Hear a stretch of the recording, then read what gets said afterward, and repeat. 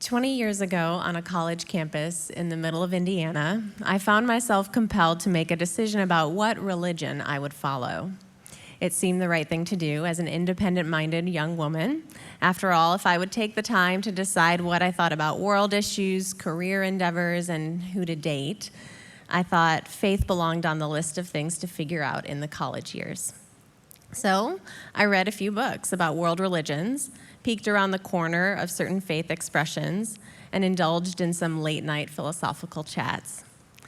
And then one Sunday in September, a girl I lived with asked if anyone wanted to join her for church that evening. And I didn't give it much thought, really. I'd grown up going to church and had been checking out some different churches lately, so I tagged along. I had never experienced anything like it. The room was jammed with college students, and nearly every one of them was singing loudly to every song. The room had a buzz, and I was captivated. So much so that the next week, I went back by myself. It was 5 days after 9/11, a uniquely raw time. And it was at that service, sitting among strangers, that I heard about the love and forgiveness of God offered freely to me through Christ, and decided that instead of settling on a religion, I would choose this relationship with Christ. It was a monumentally important and beautiful moment for me as a 20-year-old.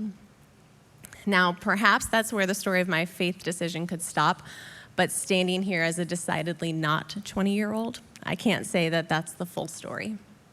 In the 22 years since, I have had many moments when the choice to believe has been much harder than that simple moment years ago.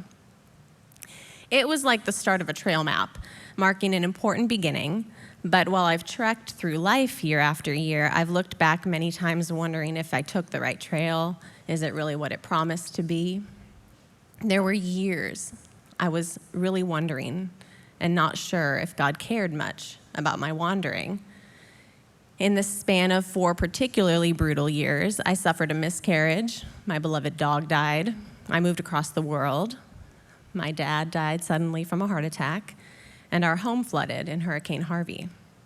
I was deep in a forest of grief and anger, and that 20-year-old college girl would have imagined I'd find comfort and rest in my faith, but that wasn't the case.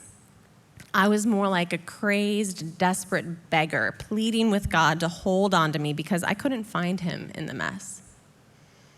I have questioned God's plan and presence an embarrassing number of times and have avoided his comfort and guidance to my own detriment so often it's painful to admit.